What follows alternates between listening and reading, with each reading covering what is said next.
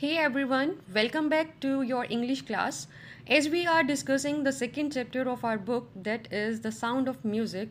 In this we have already discussed first part of the chapter in detail. So now we will begin with the second part of the chapter, that is titled as The Shehnai of Bismillah Khan. Have you ever heard this name, Bismillah Khan? Let me tell you.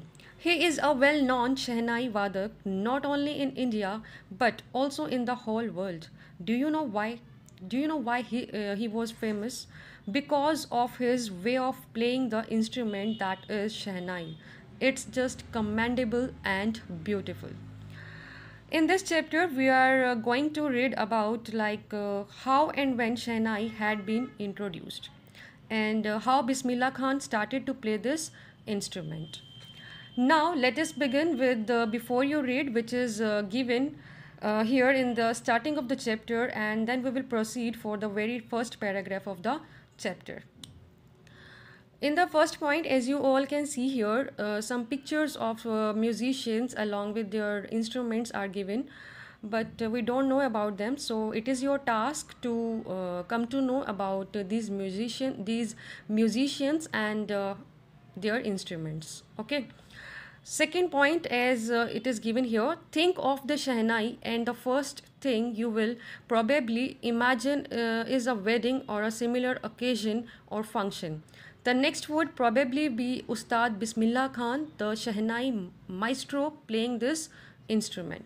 Here maestro means master. Maestro means master. So on hearing the word Shehnai, two pictures come to mind. First of weddings and second of Ustad Bismillah Khan. Weddings were considered incomplete without Shehnai, and at the same time, for Bismillah Khan, Shehnai itself was life of him. So with this, we can say that how closely they are related to each other. Okay, so with this, let us begin our first paragraph. Please, students, read it carefully along with me. Emperor Aurangzeb banned the playing of a musical instrument called pungi in the royal residence, for it had a shrill, unpleasant sound. Students, hear the word pungi. What does it mean? Pungi was a musical instrument, the predecessor of the Shehnai.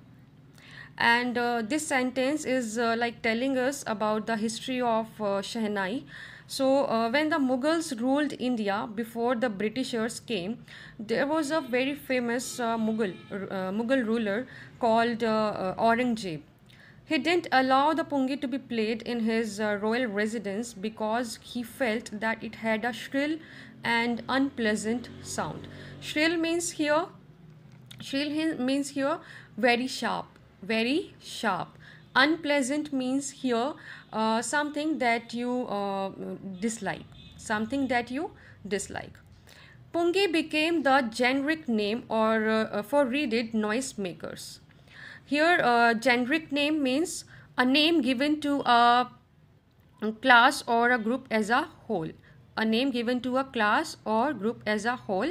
Second word is given here, reeded. It means wind instruments which have reeds like the flute and the clarinet. Okay, so what is given here? Pungi became the generic name for reeded noise makers. It means any musical instrument which is made with reeds, like we have flutes, clarinets, they all are classified as pungi. So we can say pungi is a broad term for any type of instrument which uses wind to produce sound.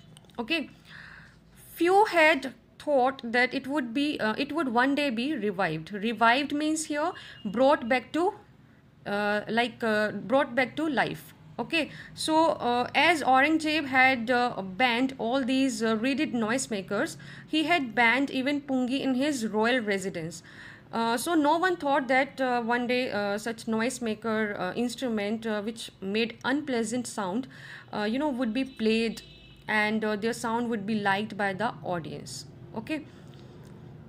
So a barber of a family of professional musicians who had access to the royal palace, decided to improve the tonal quality of the pungi. Tonal quality means here sound. Tonal quality means here sound. So as the pungi had an unpleasant sound, there was a barber. There was a barber who belonged to a family of professional musicians, and he wanted to play the pungi, but he knew that the sound produced by pungi was unpleasant and shrill, so he decided to improve the sound first. He chose a pipe with a natural hollow stem that was longer and broader than the pungi. Here, the barber, he started to make changes in the pungi. So for that, what he did, he took a pipe. He took a pipe which was a hollow stem, and it was longer and broader than the pungi. And further, he made 7 holes on the body of the pipe. And when he played on its closing and opening, some of these holes, soft and melodious sounds were produced. Sounds were produced.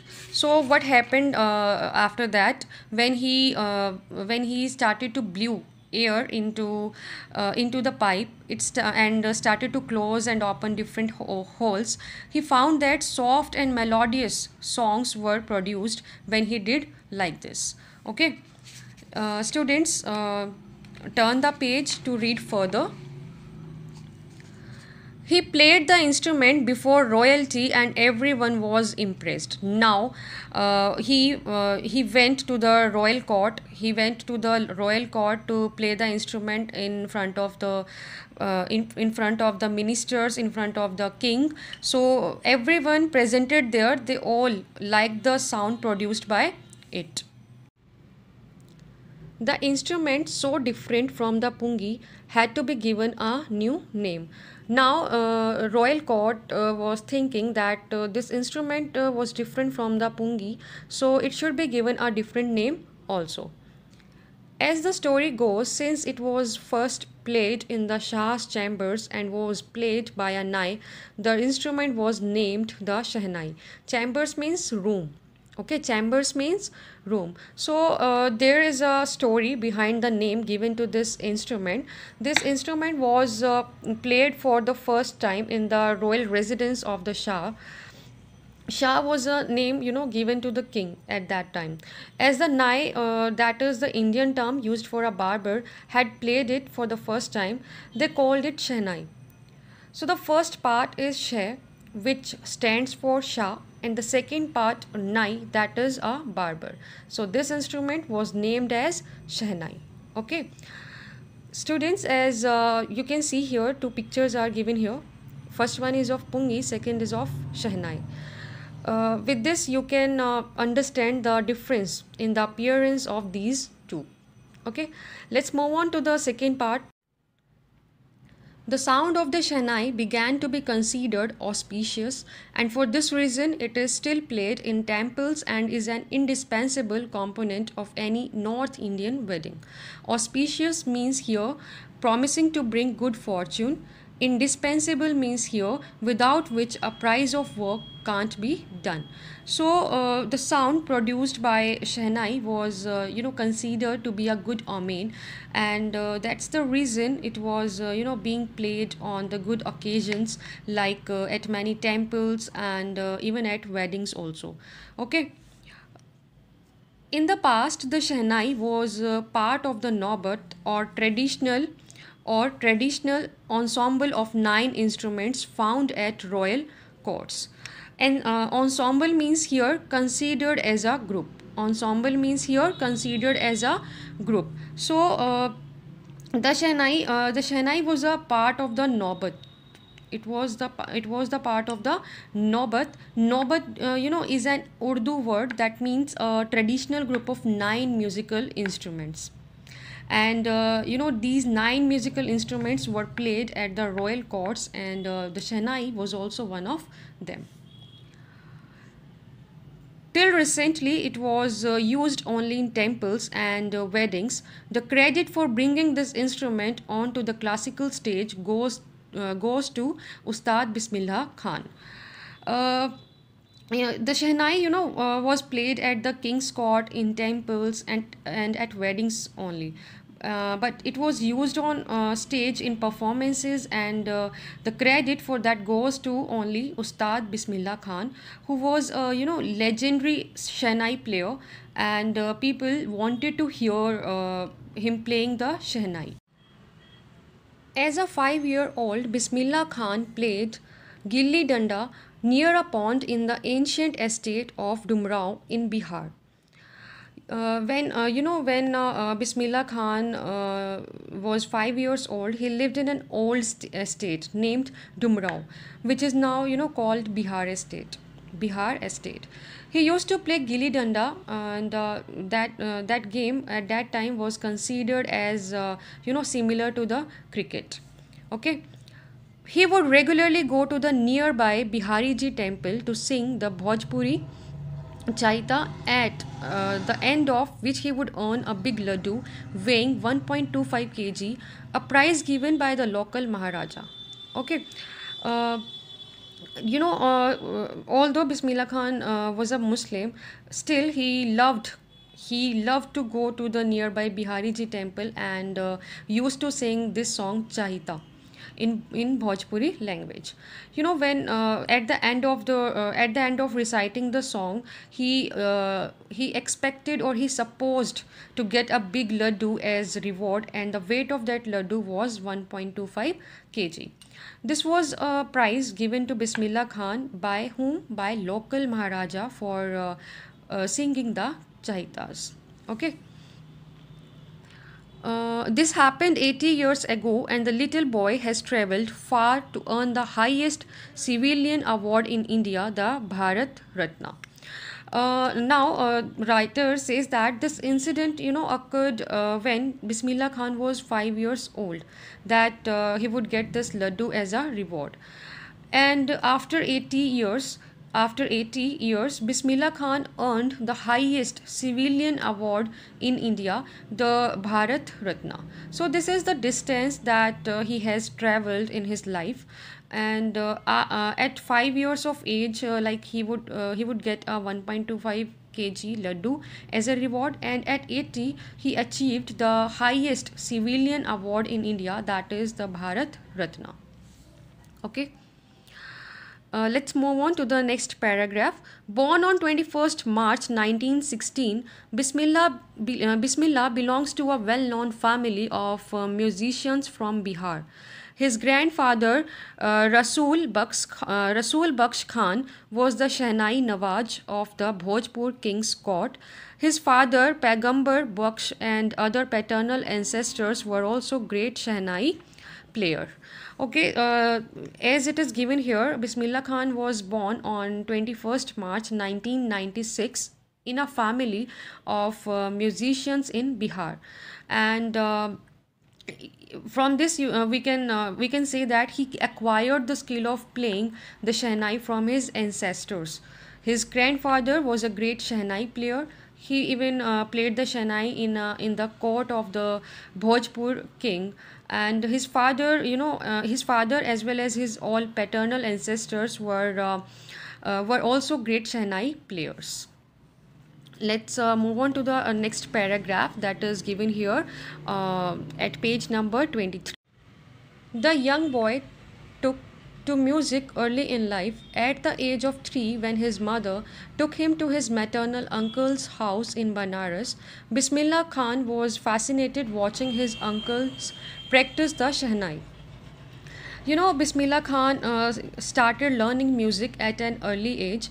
When Bismillah Khan was just 3 years old, his mother took him to her parents' house, to his maternal uncle's house. They lived in Banaras. Where did they live? They lived in Banaras, which is now called as Varanasi.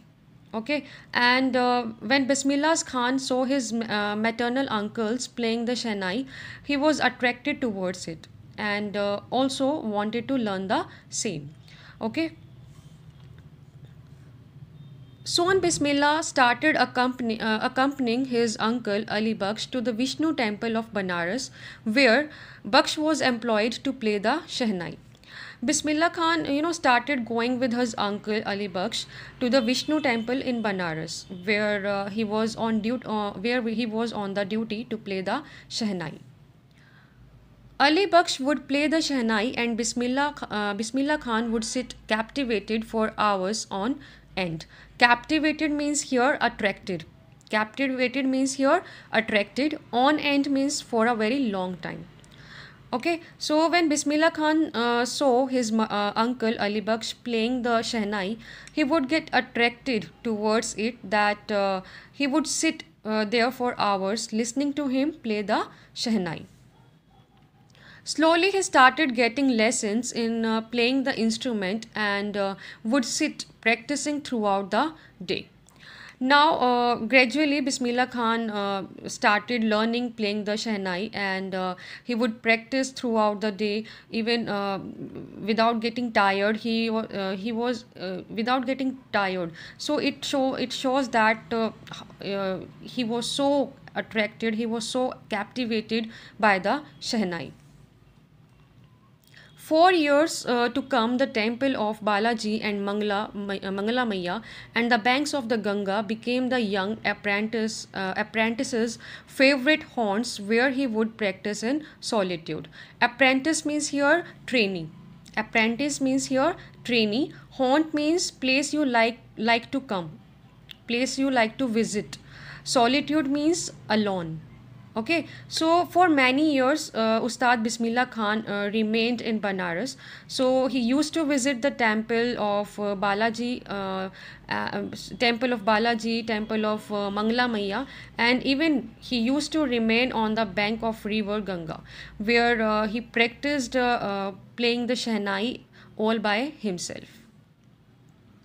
The flowing waters of the Ganga inspired him to improvise and invent rags that were earlier considered to be beyond the range of the Shehnai. Here we come to know about the talent of Ustad Bismillah Khan. He was so inspired and motivated by the river Ganga. It provoked him to improve his performance, and he also invented many rags that were considered impossible to be produced by a Shehnai. Ustad Bismillah Khan worked hard and invented different sounds with the Shehnai. At the age of 14, Bismillah accompanied his uncle to the Allahabad Music Conference. So when Bismillah Khan was of only 14 years of age, he accompanied his maternal uncle Ali Baksh to the Allahabad Music Conference. Okay, at the end of his recital, Ustad Fayyaz Khan patted the young boy's back and said, "Work hard and you shall make it. You shall make it." So, Ustad Fayyaz Khan, who was a famous classical vocalist, was impressed by his performance and said that he would work hard. If he would work hard like that, he would definitely make a name in the field of music. With the opening of the All India Radio in Lucknow in 1938 came Bismillah's big break. He soon became an often heard Shehnai player on radio. When All India Radio started its radio station at Lucknow, Ustad Bismillah Khan started performing from there, and often his Shehnai performance would be on air. Thank you, students.